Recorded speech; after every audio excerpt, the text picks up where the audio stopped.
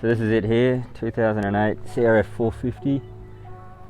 I have no idea what condition it's in. It's still got compression, but I'm going to have to get it pulled apart to have a look how bad it is. It's missing a carby. I've got to track one of those down, but I've got everything else for it, including the loom.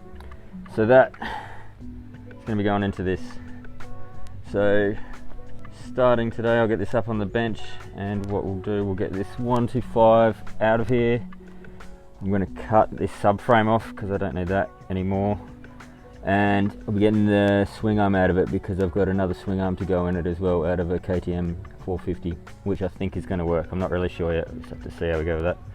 So anyway, I'll get it onto the bench now and start getting it pulled apart, get the engine out of it, see how close the 450 is going to be to fitting.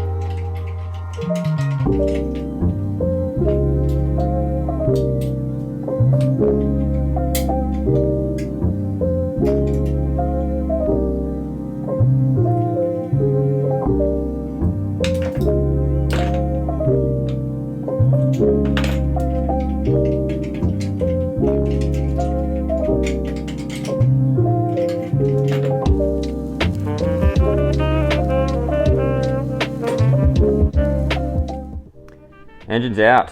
Wasn't too bad. There are only a few bolts holding these in. They're pretty small.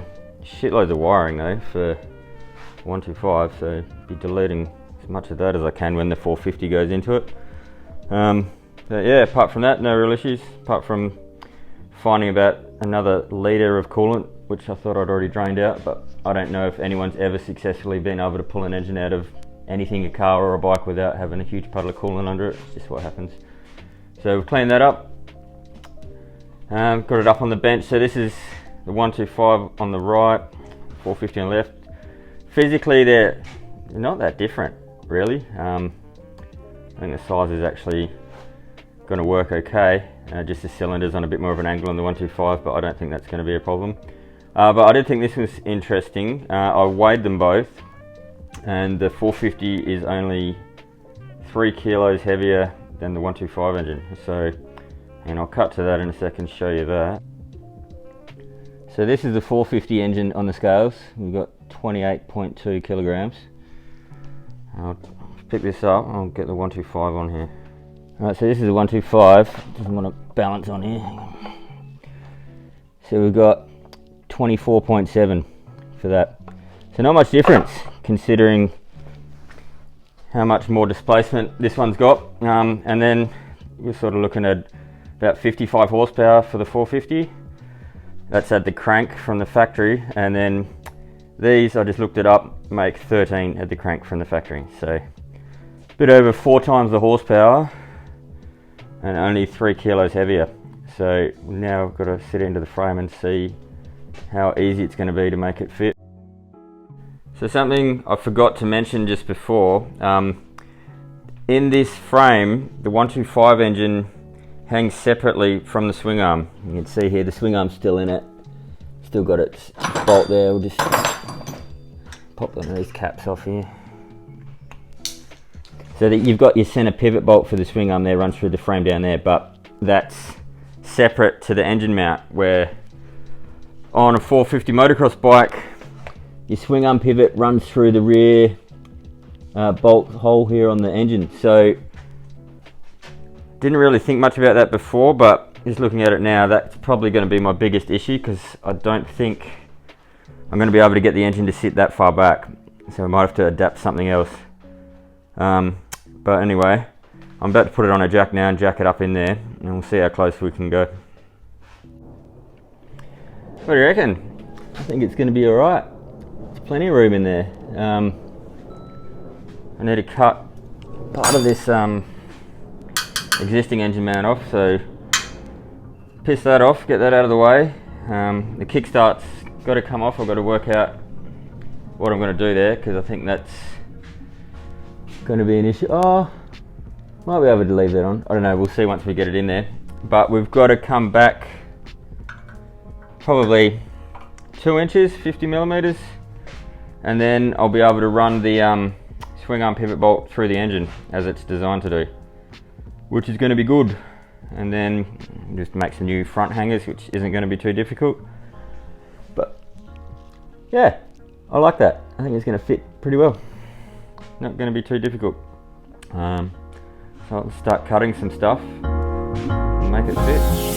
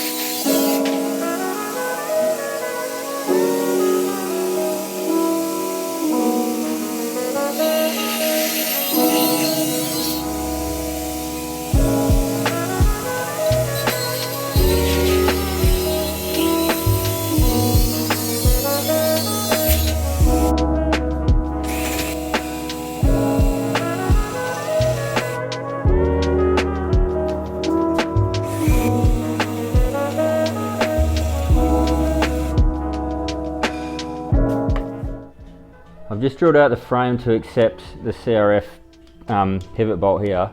It's actually 17mm, not 15mm like I first thought, but that's kind of irrelevant at the moment. But the engine won't quite go in.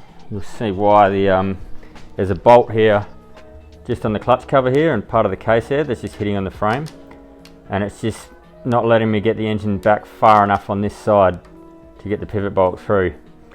So I'm just going to mark this and then take the die grinder and just put a little notch in it just there, just so we can get the engine to sit in here, and then we'll come back and strengthen that area up again later.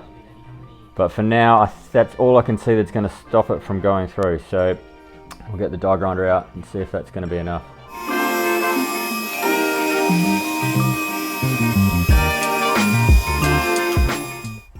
So that worked, just a little notchy notch in the frame there. It's hollow behind there now, so I'm going to have to go in and plate that, but I probably would have done that anyway. But that allowed me enough room to get the engine back, to get the swing arm pivot through. But then we came across a new problem. The CRF pivot bolt wasn't long enough. When that was in the frame, I was probably 20mm, an inch or so too short, and it wasn't going all the way through to the other side, which was a bit of a pain. So I thought I was going to be stuck there for a while, but I went through my parts bin and I found I had a couple of axles there. I don't know what they're from. I think they're from an old Yamaha RD400 or SR400.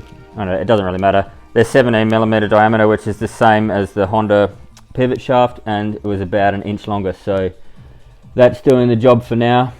It's not ideal, it's still probably a little bit too short, but it's going to hold the engine nice and square in there so I can carry on.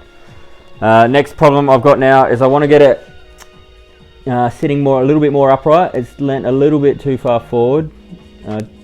Might be okay like that, but when it was in the CRF frame it sat a lot more level than that, and I'm just a little bit worried about maybe the gearbox not getting enough oil on it on that sort of angle. maybe I'm worrying for no reason, maybe it'll be fine, but I'd like to try and pick it up a little bit more. Maybe just so that the cylinder's close to parallel with that down bar on the frame there.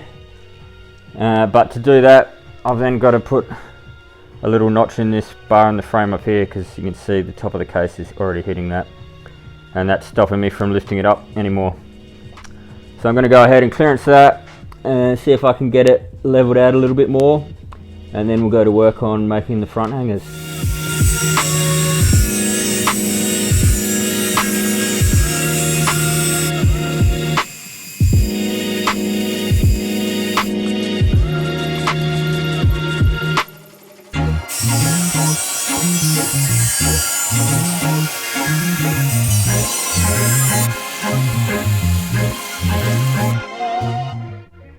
Can't believe how good this engine fits in this frame. Bolted in now. All I had to make was 4 spaces. 2 at the front there, on either side of the engine case.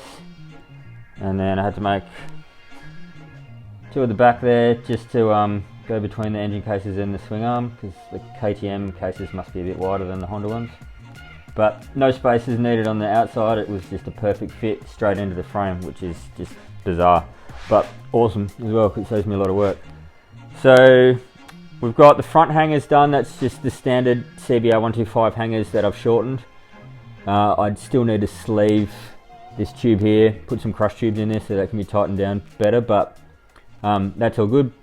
And then obviously we've got the swing arm pivot bolt holding up the back of the engine. We've got the laser on it, and it's all, I don't know if you're going to be able to tell on this. You can't really, because you can't see the line, but it's all dead centered, straight. The laser runs straight up the center of the frame, straight up the center of the cases. So that's cool. The angle, I picked up the front of it a little bit. Probably would have liked to have gone a little bit more, but it seems happy there, so I'm just going to leave it like that and see how it goes. I think it'll be alright. So the next thing I need to do, I'll just turn this laser off, it's blinding me. I need to do the top engine mount now. So there. The trouble is, if I run it straight to the frame, like, that's really thin. So I'm going to have to plate the frame to strengthen that up. Or what I'm thinking of doing instead is running a mount that comes off this rear like cross member, sort of a horizontal one, but I won't be able to see if that's going to work until I get the carby on. I'm going to pick up a carby in a couple of days, so then I won't start that mount until that is in place. And then it's got a lower mount here as well, which it had in the motocross bike, but I don't think I'm going to worry about that. A lot of road bikes just have the engines hanging, it seems, so I think that'll be alright. Might use that to mount something else off or something like that, but I'm probably not going to bother running a piece of frame all the way around. Not to begin with anyway. If I ride it and it rides like shit, then I'll probably have to do something with it, but we'll see how we go with that. So yeah, so now can't really do much else till I get the carby, and it's getting late, so wanna get high? Check back once I've got the carby mounted and I've started making the top frame mounts.